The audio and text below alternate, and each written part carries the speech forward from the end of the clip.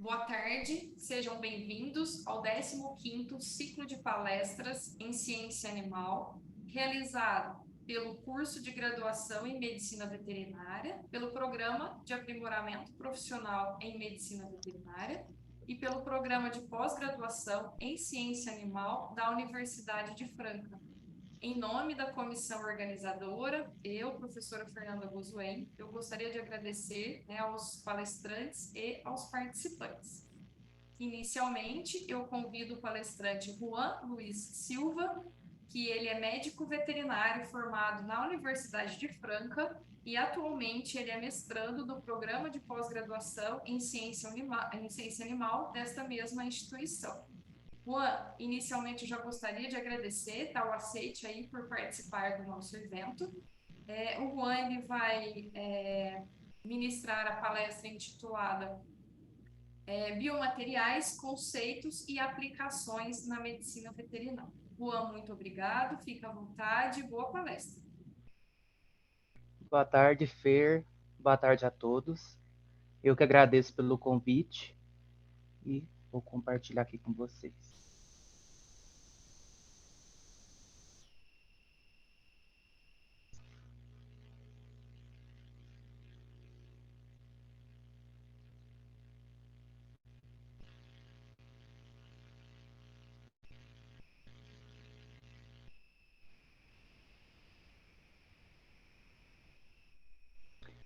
Mais uma vez, uma boa tarde a todos que estão presentes. Eu vou conversar com vocês um pouco sobre biomateriais, os conceitos e suas aplicações dentro da medicina veterinária. Como a professora Fernanda já me apresentou, mas para quem não me conhece, eu sou Juan Luiz Silva, tenho a graduação na medicina veterinária aqui pela instituição. Atualmente também faço parte do programa de pós-graduação em ciência animal e eu trabalho com linha de pesquisas em engenharia regenerativa com obtenções de biomateriais e também em patologia animal. Então, vamos ao assunto, que seriam nossos queridos biomateriais. Acredito que todos vocês, em algum momento da vida, já foi apresentado algum desses materiais aqui. Esses materiais eles efetuados para entrar em contato, com o nosso corpo. Então aqui a gente temos então uma pele de tilápia, temos uma lente de contato que algumas pessoas podem utilizar, parafusos ortopédicos, os stands e até resina odontológica, Todos esses materiais aqui são de uso humano, mas mais para frente a gente vai apresentar para vocês alguns materiais mais no foco na veterinária. E por se tratar de um produto, a gente tem que pensar, além da utilização dele, o mercado de atuação desses materiais. Então, eu trago aqui para vocês um dado muito importante da ABIMPET, que é uma associação das indústrias de produtos do mercado veterinário, que ele demonstra para nós um crescimento da população dos animais no Brasil. Então, note-se que o acúmulo é um valor bem expressivo, A gente teve, então, um aumento de 3,6% do crescimento acumulado de 2020 a 2021. Pesquisas mostram que a maioria das famílias estão preferindo utilizar a adoção, tendo um animal de estimação ao invés de um filho. Isso, para a gente que é da medicina veterinária e trabalha com os animais, é ótimo. Então, a gente tem além dos cães, podemos observar que outros animais também não convencionais estão tendo aumento. As aves, ela está tendo um aumento muito expressivo, um aumento da população dos animais de pets, Então, aqui estão excluídos então, os animais de grande porte. E o mercado do pet também, ele está tendo um faturamento bastante expressivo. A gente tem, então, nesse mesmo período de 2020 a 2021, temos um aumento de 11% então nos serviços veterinários, 14% em produtos veterinários e 33% no aumento de consumo de ração para uso desses animais. E com tudo que está tendo avanços, a expectativa de vida então desses animais eles estão aumentando. né? Então, o avanço tanto na medicina veterinária, eles vão trazendo tratamentos novos, vão trazendo então medicamentos, vão trazendo várias oportunidades para que nossos animais eles vão ter um aumento da expectativa de vida. Com o aumento da expectativa de vida, esses animais eles vão precisando cada vez mais de materiais específicos para o tratamento de algumas patologias e enfim. E aí é onde surge a oportunidade da criação de biomateriais como método de tratamento ou diagnóstico de alguma das doenças. Então, tem as pesquisas que estão evoluindo, juntamente com as pesquisas, outros setores estão envolvidos neste processo, né? A engenharia, tanto a engenharia química, a engenharia de materiais e todos os outros multiprofissionais fazem parte para a criação e obtenção desses biomateriais. Mas o que são biomateriais? Em 1984, o professor William ele deu essa primeira nomenclatura, né, para biomateriais, que é o material não vivo utilizado como dispositivo médico projetado para interatuar em sistemas biológicos. Em 84 ele deu essa definição, porém somente em 1986 foi oficializado essa nomenclatura, pois se juntou uma equipe de profissionais num consenso. Então, eles se reuniram na cidade de Chester, vários profissionais que naquela época estavam fazendo pesquisas sobre o desenvolvimento desses materiais. Porém, ao decorrer do tempo, verificou-se que essa nomenclatura não fazia jus ao que realmente são os biomateriais. E durante o período até a atualidade foi modificada algumas vezes. Eu trouxe aqui para vocês apenas umas duas modificações, mas teve algumas outras, né?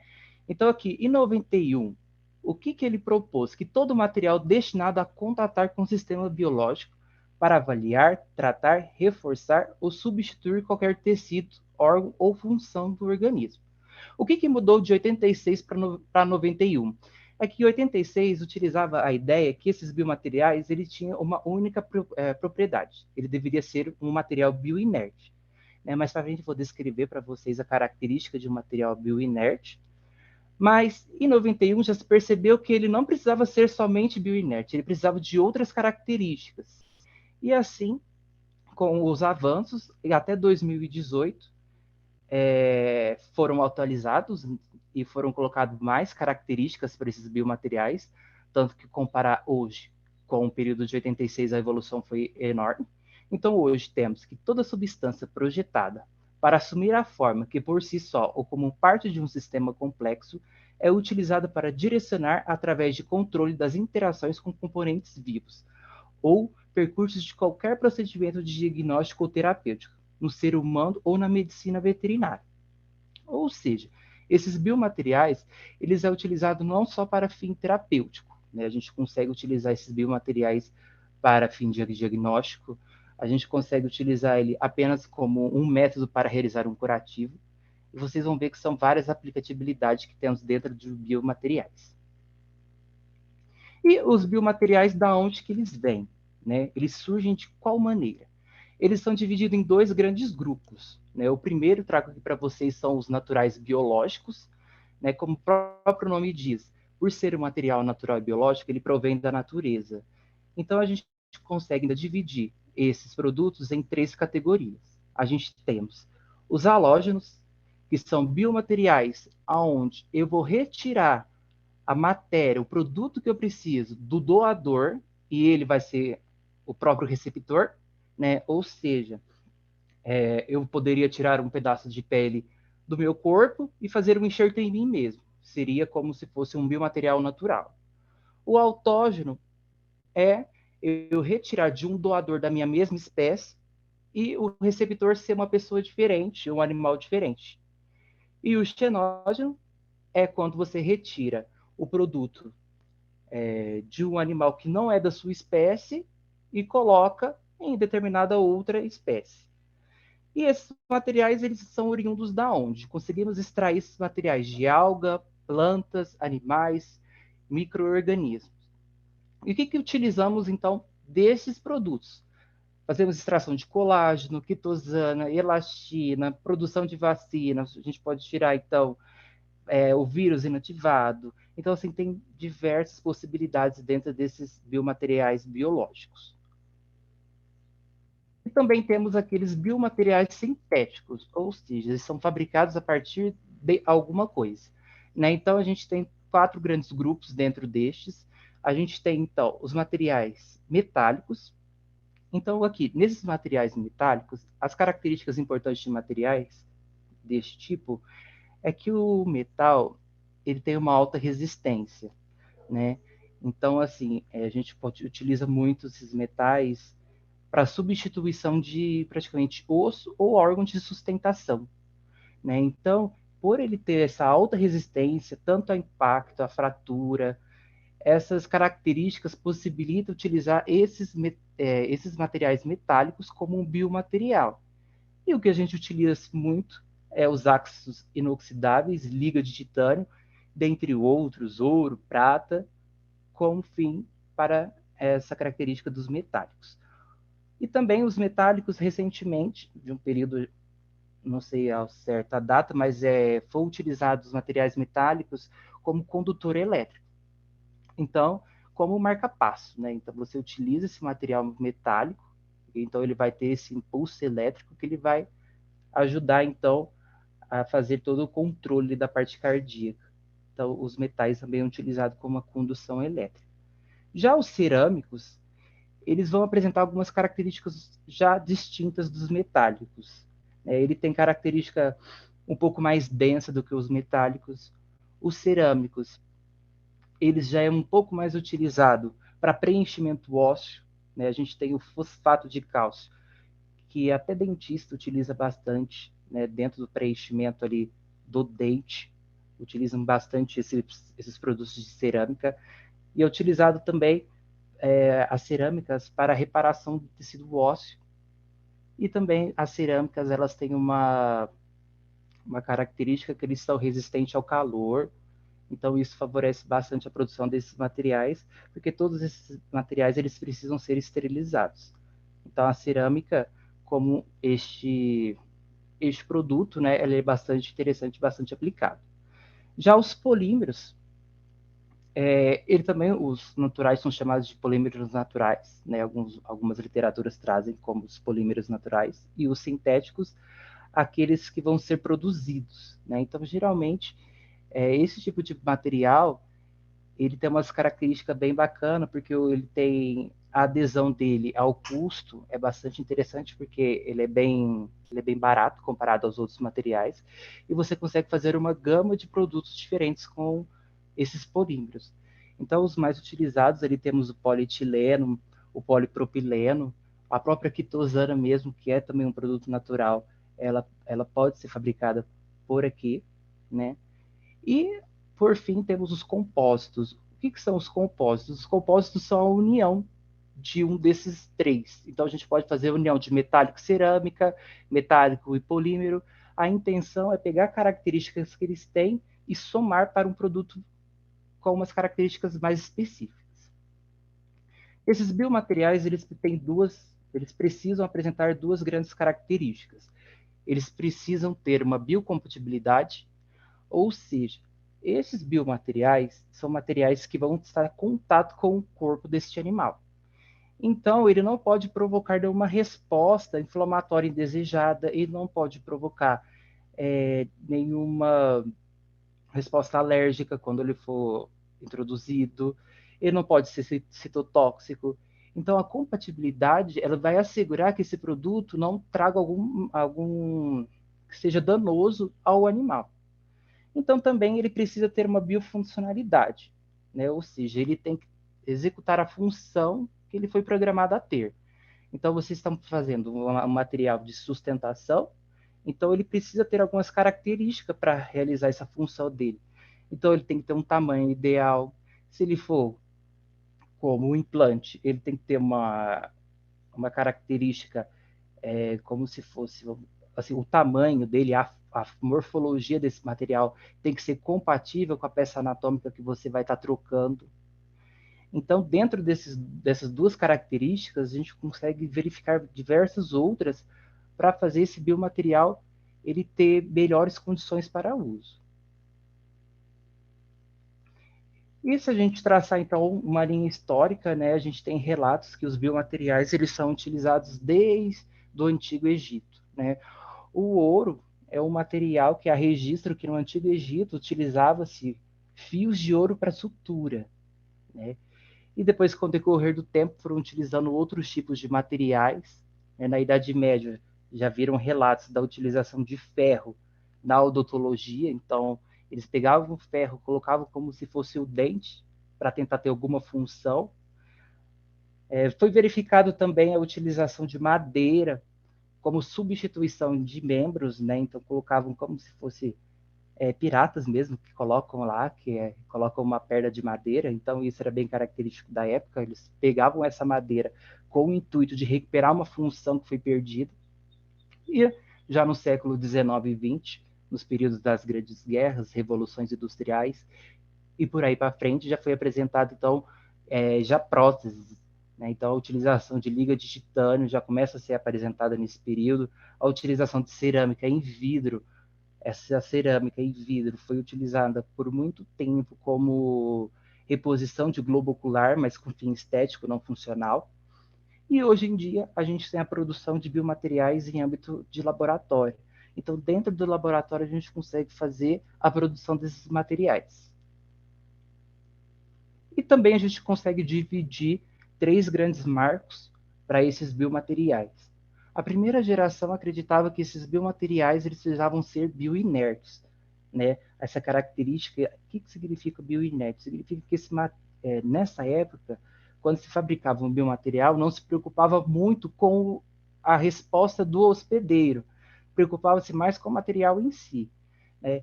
Então, o bioinerte é aquele material que ele não vai apresentar alguma resposta aonde ele vai ser colocado. Com o passar do tempo, né, viram que eles precisavam ter algumas outras funções, que somente ser inerte ele já não tinha características interessantes, foi onde surgiram então os bioativos. Então ele tinha que continuar a ser um bioinerte, porém ele precisava ser bioativo ao mesmo tempo.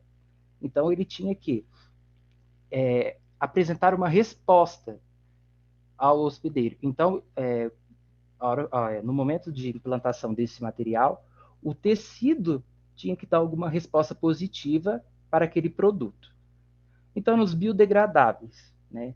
Então, ao mesmo tempo, ele vai somando todas as funções anteriores. Esse biodegradável seria aquele produto que você vai implementar no corpo do animal e depois de algum período, o próprio organismo vai fazer a degradação desse produto e vai manter só o que proliferou. Né? Então, às vezes você coloca o material para proliferamento de tecido cicatricial e depois de um tempo, então, a membrana que você colocou ali como biomaterial, ela vai ser desfeita e vai restar apenas o tecido que gerou daquela situação. E na terceira geração, que é a geração atual, a gente vai ter então a implementação de engenharia de tecidos. Nesse momento é onde diversos profissionais se unem com a intenção de fazer que esses biomateriais sejam compatíveis com o tecido aonde vai ser implementado. Então, a biomimética ela vai nos trazer isso. Então, aqui as características são a nível celular. Então, ele precisa ter todas as ativações e reparação de tecido a nível celular. Esse aqui é um ciclo de vida da obtenção de um biomaterial. Tudo se conversa, então, com alguma ideia, né? Você precisa ter o que você precisa, uma condição para você tratar. Né? Você vai desenvolver esse produto, né? Você vai pesquisar quais materiais vão se adequar àquilo que você espera que esse produto venha a realizar. Né? Você vai ver maneiras de fazer a síntese, a produção deste material. Este material ele passa por diversos testes, porque ele precisa ser um produto biocompatível, então ele não tem que trazer reações danosas ao animal. Então você faz vários testes, toxicologia, bioestabilidade mecânica e física, se ele vai, dependendo da situação, ele tem que aguentar algum impacto, ele tem que aguentar a temperatura, então são realizados testes. Então depois desses testes, você vai fabricar o produto em si, né? Este produto ele tem que ser capaz de sofrer esterilização, porque você precisa que ele passe por esse procedimento. E depois, novamente, você começa a fazer outros testes para a questão regulatória. Então, aqui a gente temos a Anvisa e o MAPA, que cuida dessa parte regulatória. Então, eles vão pedir toda a documentação para você comprovar a funcionalidade e a compatibilidade desse material. Após toda a questão regulatória, você vai partir para o uso clínico, que vai ser os testes em animais propriamente dito. E depois disso, você vai fazer, então, a análise histológica daquele seu teste para ver, então, se realmente o seu biomaterial foi funcional ou não. E dentro da veterinária, como que podemos utilizar esses biomateriais? Né? A medicina veterinária é muito ampla, né? A gente tem não só os animais domésticos, né? Temos diversas espécies que a gente pode estar utilizando esses materiais. E uma das áreas que mais utilizadas os biomateriais é a área da ortopedia. E isso também está relacionado muito a atropelamento, acidentes de trânsito. Né? Então, biomateriais utilizados na ortopedia, eles têm os índices lá em cima devido a muitas taxas de atropelamento. E depois a gente consegue utilizar também na neurologia, no odonto e assim por diante. Aqui eu trago algumas aplicações conforme a origem desse produto. Então, dos grupos dos metais, que podemos utilizar esses metais na medicina veterinária? Então, a gente tem um ácido inox, a gente consegue, então, fazer fixação de fraturas, instrumento cirúrgico. Então, todo aquele instrumento que a gente utiliza em diversas cirurgias, eles são considerados biomateriais. Né? Então, qualquer produto que ele tem interação com o organismo é considerado um biomaterial. Né? Uma agulha, por exemplo, é um biomaterial. Então, seguindo aqui, a gente tem as famosas ligas de titânio, muito utilizado, então, para substituição óssea e articulação. Depois a gente tem, então, as ligas de cromo, quase com as mesmas finalidades também da liga de titânio. O níquel, né? A gente tem o ouro, que é um material muito maleável, a prata. Conseguimos utilizar ela até em formato de pomada para pacientes que sofreram de queimaduras e agente antimicrobiano. Nas cerâmicas, as cerâmicas, elas vão estar muito ligadas à reparação óssea. Né? A alumínio e a zircônia utilizam muito esses materiais como implante, principalmente na odontologia. Os polímeros, eles estão mais relacionados àqueles produtos hospitalares, né, como tubos de drenagens, catéter, o polipropileno. Ele é utilizado em suturas, né, na produção desses fios. O cloreto de vinila, que é o PVC, utilizados naqueles saquinhos mesmo, onde se armazena o sangue, por o sangue ser um fluido corporal, então ele precisa então ser armazenado dentro de um biomaterial. Os compósitos, né, então é a união desses produtos em FIBA com o intuito de melhorar as propriedades desses produtos já utilizados. Aqui eu trago um exemplo que eu vou detalhar um pouco mais para frente, que é de uma tese de doutorado de uma moça lá da USP. E os naturais, a gente tem um grande exemplo, o colágeno, né? Tanto que aqui na Universidade de Franca, eu com a professora Marcela, a gente trabalha com esse produto.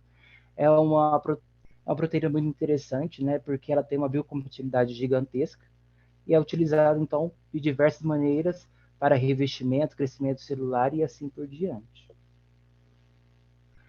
O Jornal da USP, ele trouxe uma matéria muito interessante sobre uma pesquisa que a veterinária estava produzindo lá, que ela conseguiu utilizar um biomaterial para tratamento de fraturas em animais de grande porte. Então, a pesquisa dela, né, da Gesiane de Moraes Marcondes, né, uma tese de doutorado, ela é orientada pelo professor André Luiz, eles utilizou, então, o nanocomposto à base de quitosana e carbono. Né? Ele foi revestido, então, com uma hidroxiapatita e, em algumas situações, foi anexada ainda células-tronco. Como que foi, então, essa pesquisa dela? Foram utilizados, então, testes primeiramente em camundongos, então depois, nos resultados positivos, partiu para testes em ovinos, foi retirado, então, fragmento da tíbia desses ovinos e foi colocado, então, esse nanocomposto, né, na substituição óssea. né? E também ela colocou as células tronco para crescimento aqui, né? Então, quais foram os resultados obtidos na utilização desse biomaterial? Resultou, então, a biocompatibilidade, o material apresentou a biocompatibilidade esperada, teve uma rapidez na recuperação e também teve uma produção de tecido semelhante ao tecido ósseo, né? Então, assim, é uma das aplicações mais recentes que eu consegui encontrar. E esse biomaterial aqui, o interessante, como eu disse para vocês, que é algo que é multidisciplinar, esse nanocomposto que não foi fabricado, né, pela aluna, foi fabricado, então, pelo programa de pós-graduação numa universidade lá em São Carlos. Eles cederam para ela este produto para ela fazer, então, esses testes. E na Universidade de Franca, né, pelo programa de pós-graduação em ciência animal, no meu projeto de mestrado, eu trabalho também com biomateriais, então o intuito do meu projeto é fazer um biomaterial de colágeno tipo 1 e tipo 2, onde vamos associar ele a um produto natural, aqui a própolis, com o intuito de melhorar a cicatrização de feridas. Né? Esse projeto está sendo executado por mim e orientado pela professora Marcela. Basicamente, então, a gente determinou a biofuncionalidade do material, né? Então, chegamos ao ponto que o que a gente precisa, qual é a função que esse biomaterial vai ter. Verificamos, então, qual material vai se adequar ao projeto, então chegamos ao ponto de escolher o colágeno como biomaterial. Vamos obter esse colágeno de que forma? Vamos obter ele através de uma extração, né? Então, a gente mesmo vai fazer extração de articulação bovina e do tendor flexor bovino. Vamos pegar, então, esse colágeno extraído e preparar esse biomaterial. Esse biomaterial vamos desenvolver membranas. Então, a gente vai pegar esse colágeno, vai transformar ele em membrana, vai fazer a junção com a própolis. Após esse material estar pronto, vamos fazer toda a avaliação física e química para ver, então, a biocompatibilidade desse material. Após a avaliação, vamos fazer, então, experimentos nos camundongos, né? E, consequentemente, vamos fazer uma avaliação clínica durante esse experimento e, por fim, uma avaliação do tecido para ver, então, se realmente esse nosso produto ele teve aquela função designada desde o início. Então, a conclusão é que a utilização de biomateriais ela tem se demonstrado cada vez mais eficaz, mais viável, né? O intuito do biomaterial é ele ser um produto cada vez mais barato para a população geral ter o acesso. Ele está tendo grande crescimento no campo da medicina veterinária. Ainda são muitos desafios a serem vencidos, né? Por isso temos muitos estudos e pesquisas para serem desenvolvidos, tanto aqui como fora. E também a utilização de alguns materiais faltam para determinadas espécies. Então, às vezes, na clínica, a gente tem que utilizar algum material que não é relacionado àquela espécie específica. E isso poderia ser um pouco mais trabalhado, né? Uma oportunidade aqui para futuras pesquisas. Então, eu sempre trago, né, uma mensagem de agradecimento também.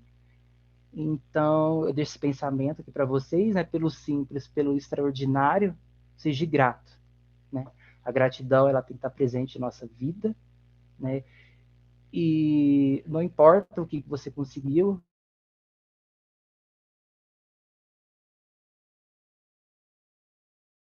aos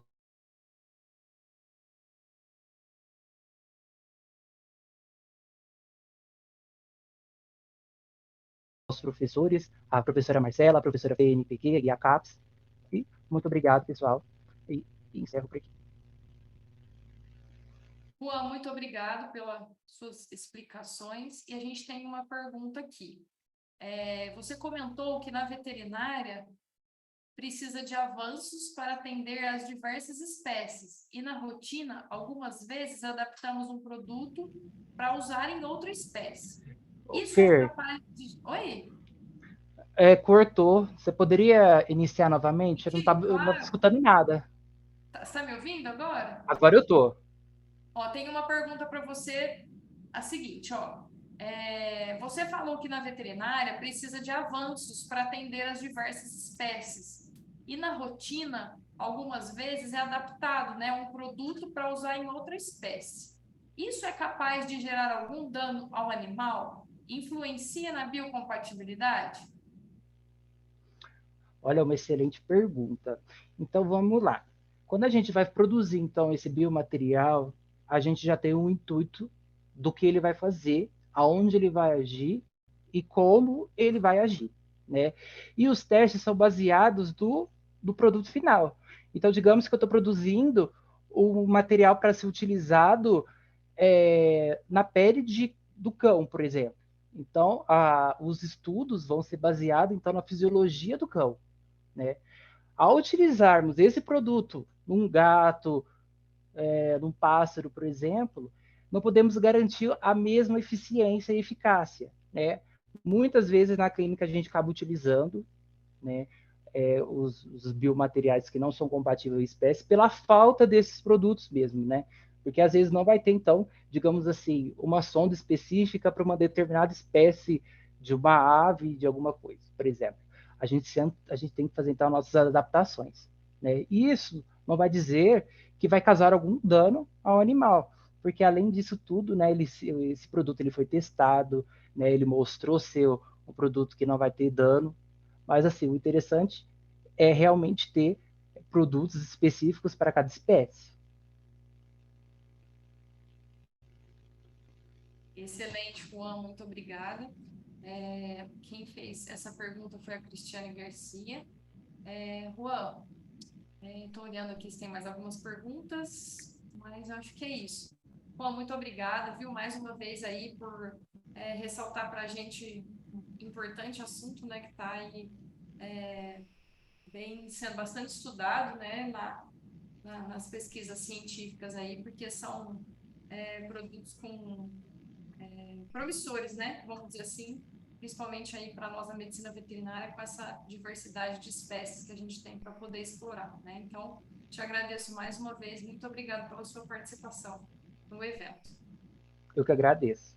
Boa tarde, pessoal. Obrigada.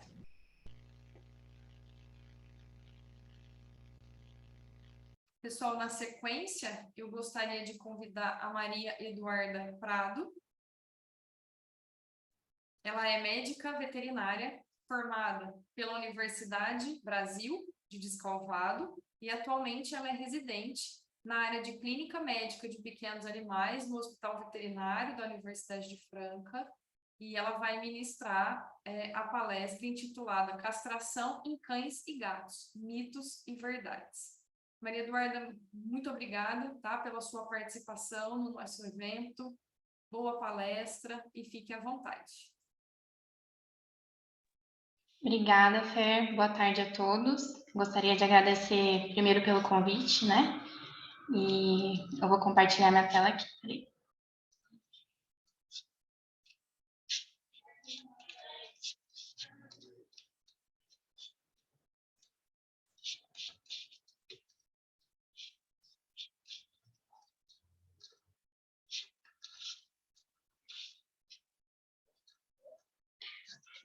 Bom, gente, então hoje eu vou conversar um pouquinho com vocês sobre a castração em cães e gatos. Eu não vou focar na parte cirúrgica, né, na técnica cirúrgica, mas sim conversar um pouquinho com vocês sobre os mitos e verdades, né, as dúvidas que os tutores têm e que acabam perguntando para nós veterinários, ou até as dúvidas que a gente tem, né, sobre a castração. Bom, então vamos lá. A castração em fêmeas, ela previne realmente o câncer de mama? Bom, Overley lá em 2005 já fez um estudo com as gatas, né? Então, ele fala no estudo dele que a castração até os 6 meses de idade possui uma porcentagem de 91% de redução de chance da gata vir a desenvolver uma neoplasia mamária. A castração entre os 7 e 12 meses, essa porcentagem já cai um pouquinho para 86%, e de 13 a 24 meses a gente vê que cai bastante, né? Vai para 11% de redução, né, de chance da gata vir a desenvolver uma neoplasia mamária. Já nas cadelas, Schneider, em 1969, ele já dizia, né, que as cadelas castradas antes do primeiro cio, possuem somente 0,5% de risco, né, no desenvolvimento de neoplasias mamárias. castradas após o primeiro cio, 8% de risco, então a gente já vê que aumenta um pouquinho. Após o segundo ou terceiro cio, 26% de risco. E castradas após o quarto cio ou após os 2 anos e meio de idade, a castração já não possui efeito protetivo contra o desenvolvimento das neoplasias mamárias. Bom, então, qual que seria o período ideal, né, para castração? É realmente antes do primeiro cio, por conta desses fatos, né? Lá em 2019, aconteceu um evento, né, chamado Consenso de Mama, em Belo Horizonte, que reúne diversos nomes, né, que tem bastante experiência com a oncologia veterinária e com a oncologia comparada, né, que compara a medicina humana com a medicina veterinária. E são 2 dias com palestras relacionadas a esses temas, e um deles relacionados à castração e sobre os efeitos, né, protetivos, preventivos contra as neoplasias mamárias. E a partir desse consenso, então, né, depois dos 2 dias de palestras, ocorre uma mesa redonda, e ficou preconizada a castração entre o primeiro e o segundo cio, né? Por quê? Apesar da abordagem precoce diminuir os riscos das neoplasias mamárias, ela pode aumentar o risco de outras doenças, né? Doenças ortopédicas, endócrinas e até de outras neoplasias, que eu vou conversar um pouquinho mais para frente com vocês. Outra dúvida que é bastante também, né, perguntada pelos tutores e alguns alunos. As cadelas gatas podem ser castradas durante o cio? O que a gente tem hoje na literatura é que não é recomendado, tá? Por conta do estrógeno, que é um hormônio que está, né, aumentado durante o cio, ele provoca vasodilatação, então acaba aumentando o risco de hemorragias durante o procedimento, tá? Além disso, a castração durante o cio pode provocar a pseudociese, que é a gravidez psicológica, imediatamente após a castração. Então, a cadela tá tendo ali, a cadela e a gata, né, tá tendo ali um estímulo hormonal no cio e, de repente, é cortado, né, com a castração. Então, pode provocar também a gravidez psicológica imediatamente após a castração. Então, além do risco de hemorragia, tem esse fator também. Bom, eu vou falar um pouco sobre a castração pediátrica em cães e gatos, de uma forma geral, tá? Não só nas fêmeas agora. Então, a castração pediátrica nas fêmeas considerada antes do primeiro cio, e nos cães e nos gatos machos antes dos 6 meses de idade, tá? Então, um risco que é bastante comentado, que é bastante citado na literatura, é a incontinência urinária. Ainda não existe, na verdade, uma confirmação dessa doença relacionada à castração, mas temos alguns estudos, né, que dizem que existe, sim, um aumento nos casos de incontinência estrógeno dependente, tá?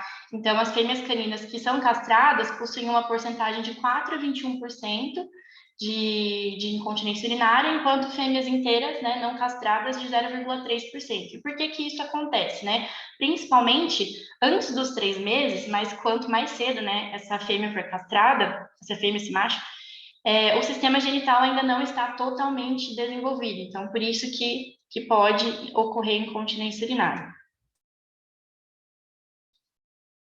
Além disso, também pode ocorrer o que a gente chama de genitália externa infantil, por conta da falta dos hormônios reprodutivos, né? Ocorre ali um problema no desenvolvimento dos órgãos reprodutores. Então, nas fêmeas, ocorre um desenvolvimento defeituoso da vulva, né? Que a gente chama de vulva infantil. Então, ocorre a involução do epitélio vaginal, e a vulva tem tamanho reduzido, e ocorre maior predisposição a infecções e também a dermatites perivulvares. Ainda mais se essa questão estiver envolvida com a incontinência. Aí a chance de infecções e da dermatite também perivulvar é maior ainda. Bom, existe uma discussão também relacionada à obstrução uretral com a castração pediátrica, né? Principalmente em gatos machos, por possuírem a uretra menor e a presença de osso peniano. Mas foi realizado um estudo, né, pelo Ruth, em 1997, em que ele mediu o diâmetro da uretra de animais castrados com 7 semanas, 7 meses de vida, e animais inteiros, né, não castrados. Como é que ele realizou a medição do diâmetro dessa uretra? através da técnica de uretrografia retrógrada. Então, o raio-x contrastado, né, com contraste ali na uretra. Então, a partir disso, ele notou que não houve uma diferença importante no diâmetro da uretra em relação às idades de realização da orquiectomia. Então, não houve diferença dos animais castrados com 7 semanas, 7 meses de vida e animais inteiros. Então, essa relação da castração pediátrica com a obstrução uretral caiu por terra, tá? Bom, a obesidade também é uma questão que é bastante perguntada, né, pelos tutores, ou até eles afirmam, né, depois que o animal castrou, ele engordou, né? Então, isso realmente é verdade? Macedo, em 2011, ele já falava que as cadelas castradas, elas possuem, sim, uma probabilidade de ganhar peso, né, 2 vezes maior se comparadas às não castradas, mesmo consumindo a mesma quantidade de alimentos. Porém, Rand fala que essa obesidade ela não vai ter ligação com o período em que foi realizada a castração, mas sim com a diminuição da atividade metabólica dos castrados. Então, os hormônios sexuais, eles possuem uma importância na liberação de outros hormônios, né? Então, eles estão presentes aí na cascata de liberação de diversos hormônios através do eixo hipotálamo, hipófise, adrenal, né? Que são importantes para o metabolismo do animal. Então, o hormônio leptina é um hormônio que é produzido, né, pelas células de gordura, que é responsável pela saciedade, né, e pelo gasto energético, tá? Então, como eu falei, os hormônios sexuais, eles têm uma ligação com a liberação desse hormônio leptina.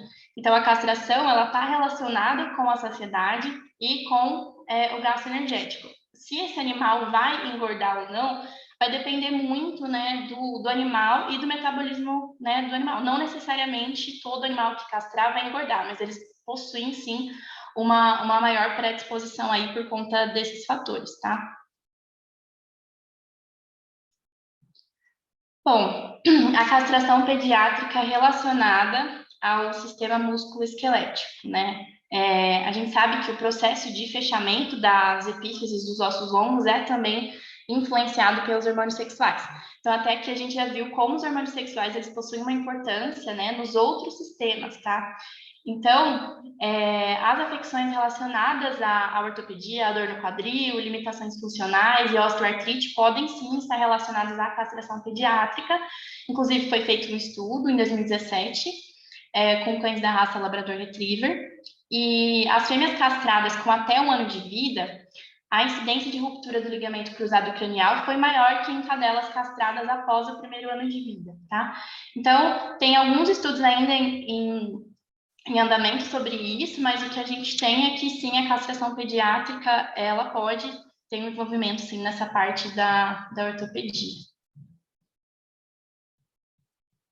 Bom, e outras neoplasias, né? A gente viu que a castração pediátrica, ela previne a neoplasia mamária, né, as neoplasias mamárias, mas ela pode também predispor o desenvolvimento de outras neoplasias. Aí a principal, né, que eu achei na literatura, a mais citada é o osteosarcoma, né, que é o tumor ósseo aí mais importante, e o estrógeno, ele também tem uma participação importante na regulação óssea, então, fazendo o link ali também com o slide anterior, né, e aí também foi feito um estudo com Rottweilers castrados precocemente, né, e essa incidência do osteosarcoma foi maior que em cães de outras raças, tá?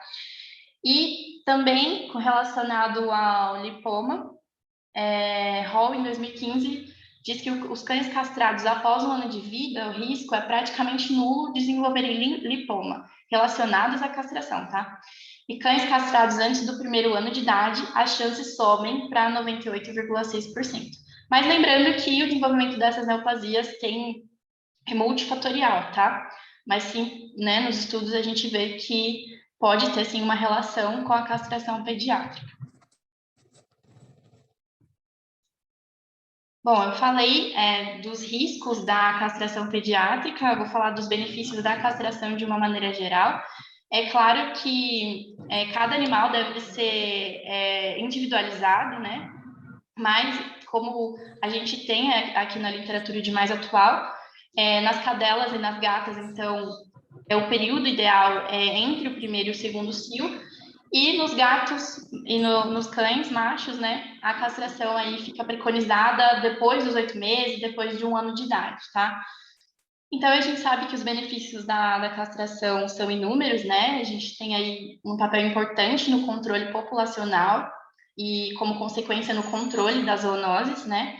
Nas doenças que são transmitidas para nós humanos, mas também no controle das doenças que são transmitidas entre os próprios animais, né? Então, a castração tem um papel bem importante nessa parte de controle populacional. Na prevenção de doenças, também, como a gente já viu, as neoplasias mamárias, mas também previne diversas doenças, inclusive a terapia também, né, de diversas doenças. Afecções uterinas, aí a gente pode citar a piometra, né, que é o que a gente mais recebe, de mais comum na nossa rotina, mas também previne cistos ovarianos, no caso dos machos, hiperplasia prostática benigna, neoplasias testiculares, a gente pode citar também a castração como terapia na hiperplasia benigna, né, nas gatas, que é bastante confundida com as neoplasias mamárias, tá? Por exemplo, também doenças endócrinas, hiperestrogenismo, que também é uma forma de terapia, castração. É benéfico também para o tutor, né? O tutor se incomoda bastante com essa questão de marcação de território, principalmente nos machos, então a castração reduz esse comportamento de marcação de território. E também existe uma redução de fuga para acasalamento, né? Principalmente no gato, lembrando que não reduz a fuga, ainda temos que telar as nossas casas, né? Para evitar as fugas desses animais, somente reduz a fuga como fim de acasalamento mesmo, tá? Bom, como conclusão, então, né, a gente sabe que a castração é uma importante técnica de contracepção, tem um controle importante na disseminação de zoonoses, né, como eu falei, na diminuição do número de cães e gatos errantes, e possui um caráter preventivo e terapêutico, né, de diversas doenças, como eu citei. Mas é importante a gente lembrar que nós, como médicos veterinários, temos que sempre levar em consideração o nosso paciente como um indivíduo, né, e a partir daí a gente vai ponderar os benefícios e riscos para a escolha do momento ideal para a castração. Bom, gente, a palestra foi um pouquinho curtinha, espero que vocês tenham gostado, muito obrigada pela atenção. Se vocês tiverem alguma dúvida, aqui eu respondo agora, mas vocês também podem me mandar e-mail, tá? Pessoal, alguma dúvida? Tem aqui, ó. Gatos machos, quando são castrados após aderir o hábito de demarcação de território, existe a possibilidade da castração para essa demarcação? Se não parar, pode estar relacionado a problemas comportamentais? Sim, aí depende muito, né? Como eu falei, a gente tem que avaliar o nosso animal individualizado. Em alguns casos, eles param com esse comportamento de demarcação de território, outros casos não, mas pode sim estar relacionado, principalmente em gatos machos, né, que tem muita questão de comportamento, pode sim algum problema comportamental. Excelente. Mais alguma pergunta? Maria Eduarda, muito obrigada, viu, também por abordar, né, esse assunto que é extremamente polêmico, né, muitas dúvidas aí, igual mesmo você abordou, né, o que são mitos, o que são verdades. E a gente, assim, nós como médicos veterinários, a gente tem toda essa obrigação de passar isso, né, para os tutores, né, para os donos desses animais, a importância da castração, o momento correto, né, de realizá-la, os benefícios, porque a gente vê muitos casos aí que por desconhecimento, né, sobre o assunto, acabam aí administrando, né, as medicações para impedir o cio, e isso consequentemente gera problemas gravíssimos aí para o animal, né? Então, muito obrigada mais uma vez por abordar esse assunto, tá? Muito obrigada mesmo. Imagina, obrigada a você. Bom, mais uma vez, então, em nome da comissão organizadora do 15º ciclo de palestras em ciência animal, promovido, então, pelo curso de graduação em medicina veterinária, pelo programa de pós-graduação em ciência animal e pelo programa de aprimoramento profissional da Universidade de Franca. Eu agradeço mais uma vez aos palestrantes e aos participantes. Muito obrigada e um abraço a todos.